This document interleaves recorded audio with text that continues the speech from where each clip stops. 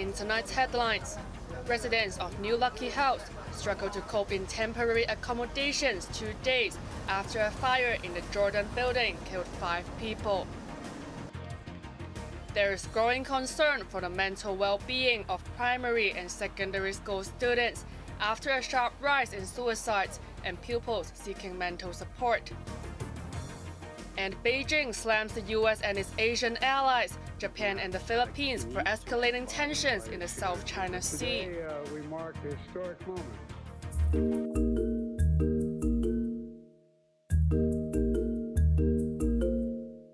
It's been 2 days since residents of New Lucky House in Jordan have left their homes due to the massive fire, which took the lives of 5 people, leaving many injured on Wednesday morning. 8 victims are still receiving treatment in hospital, and 6 of them are in critical condition. Affected parts of Nathan Road, where the 60-year-old building located, were reopened, but shops on the street remained closed. While New Lucky House is still sealed, residents are allowed to return to their flats for personal property after registering at the temporary support booth. However, many of them complained that the arrangements were causing huge inconvenience. This man wasn't allowed to return to his flat until he threw a tantrum. I was here for at least 5 times and I still couldn't get an entry. I must get my wife's pills for her and I left my wallet up there. This woman wanted to retrieve her medications for urgent use, but was refused by police, who told her to go to a doctor instead. The building departments requested New Lucky House to upgrade their fire equipment 16 years ago, but the building has failed to comply. Some flat owners said a number of hostile operators were not willing to pay up for renovation, so they did not upgrade any fire safety provisions after discussion. During investigation, firefighters found 11 fire doors on various floors that were damaged, as well as suspected unauthorized building works and illegally subdivided units. Relevant data has been transferred to corresponding departments for follow-up. Janice Yu, Cable News.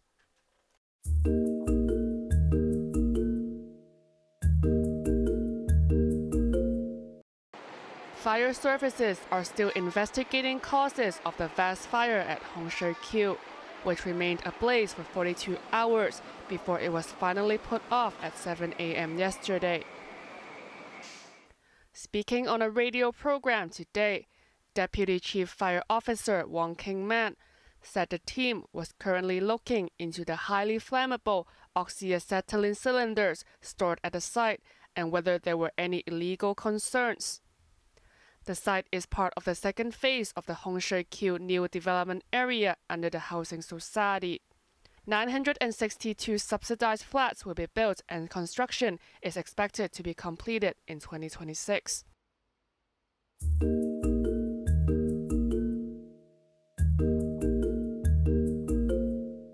In the latest report presented to lawmakers ahead of next week's special meetings of the Financial Committee, the Civil Services Bureau disclosed that there is a vacancy rate of over 10% in the government, which amounts to more than 19,700 unfilled positions. According to the Bureau, more than 10,100 civil servants left their jobs in the year 2022-23, compared to over 8,500 in 2018-19, despite a slight decrease from the previous year. Breaking down the figures, the police force recorded the highest number of departures, with 1,180 officers leaving their positions. This accounted for 12% of the total number. Furthermore, the police force currently has over 6,800 vacancies as of November, representing a vacancy rate of 18%. Another concerning observation is the high vacancy rate at RTHK, which stands at 24%. Over the past 5 years, a total of 1,124 civil servants faced disciplinary action due to serious misconducts or criminal convictions. Out of these cases, 124 individuals were dismissed from the service. Among the 50 dismissal cases related to misconduct, over 40% were related to non-compliance with the vaccine pass requirement when the city's COVID-19 rules were still in place. Cheryl Yun, Cable News.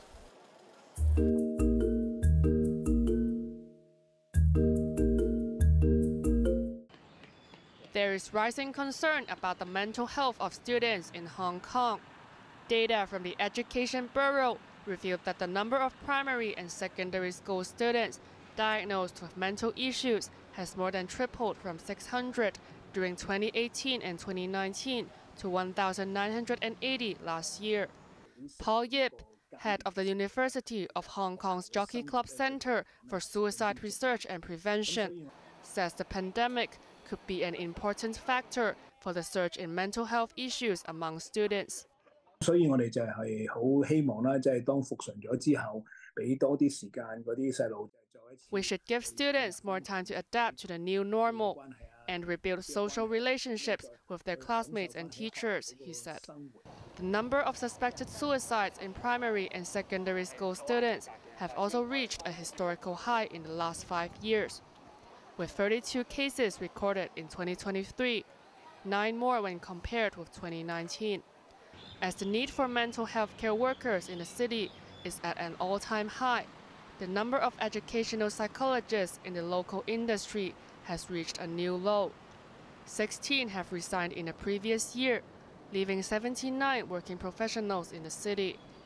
3 have just joined the force, but the lack of manpower continues to cause worry. Lawmaker Rebecca Chan urged the governments to identify the root causes and improve employee benefits for educational psychologists to secure more manpower. To promote mental health in schools more comprehensively, the Education Bureau has earlier announced to allocate $9.1 million for the cause and has launched a 4 R's mental health charter to date. Rest, relaxation, relationship, and resilience are 4 things necessary to manage mental health problems. The scheme aims to implement various measures and activities to promote students' mental health, with hopes to improve their mental well-being. Janice Yu, Cable News.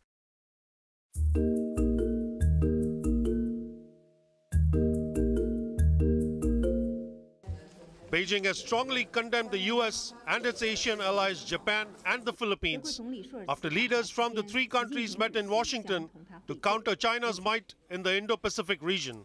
中方坚决反对有关国家操弄集团政治。 Foreign Ministry spokeswoman Mao Ning said China opposes forming exclusive circles in the region and defended Beijing's actions in the South China Sea as lawful. Japan and the Philippines are certainly entitled to develop normal relations with other countries, but they should not introduce bloc confrontation into the region at the expense of harming the interests of other countries, Mao added. US President Joe Biden declared the trilateral summit with Japan and the Philippines as a new era of partnership. The meeting in the White House yesterday with Philippine President Ferdinand Marcos Jr. and Japanese Prime Minister Fumio Kishida took aim at territorial disputes in the South China Sea, which has seen Chinese Coast Guard ships block Philippine vessels from accessing certain areas. Today, we mark a historic moment, the first ever leaders summit between the United States, Japan, and the Philippines. And I want to be clear, the United States defense commitments to Japan and to the Philippines are ironclad. They're ironclad. As I've said before, any attack on Philippine aircraft, vessels, or armed forces in the South China Sea would invoke our mutual defense treaty. Philippines-China tensions have focused on the second Thomas Shoal, which sits about 200 kilometers from the coast of the Philippine island of Palawan. Resupply vessels heading to the outpost near the shoal have been targeted by water cannons by Chinese Coast Guard boats.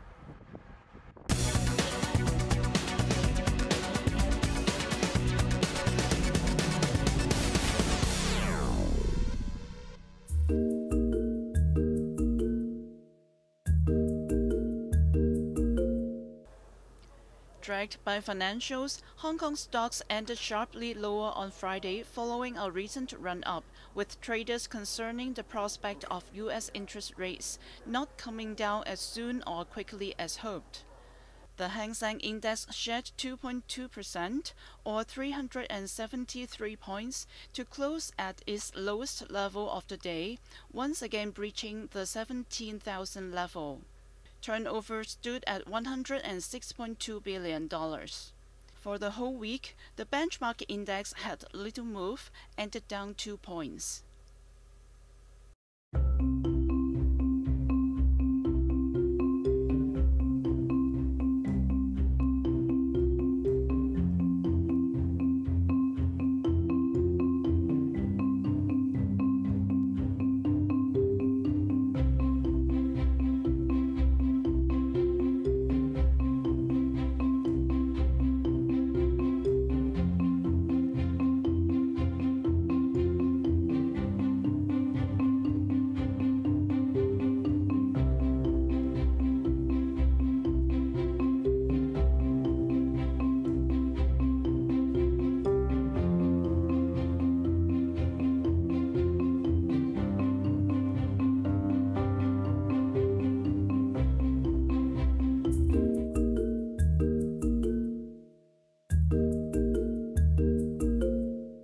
Two days after cutting its outlook on China's credit rating to negative, citing growth risks, Fitch Rating affirmed Hong Kong's rating with a stable outlook.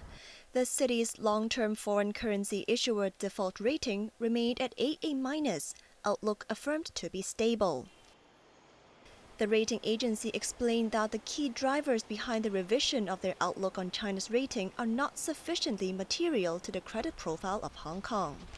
Despite Hong Kong's economy is highly dependent on that of mainland China, its AA- rating remains underpinned by the territory's large fiscal buffers, robust external finances, and high per capita income levels.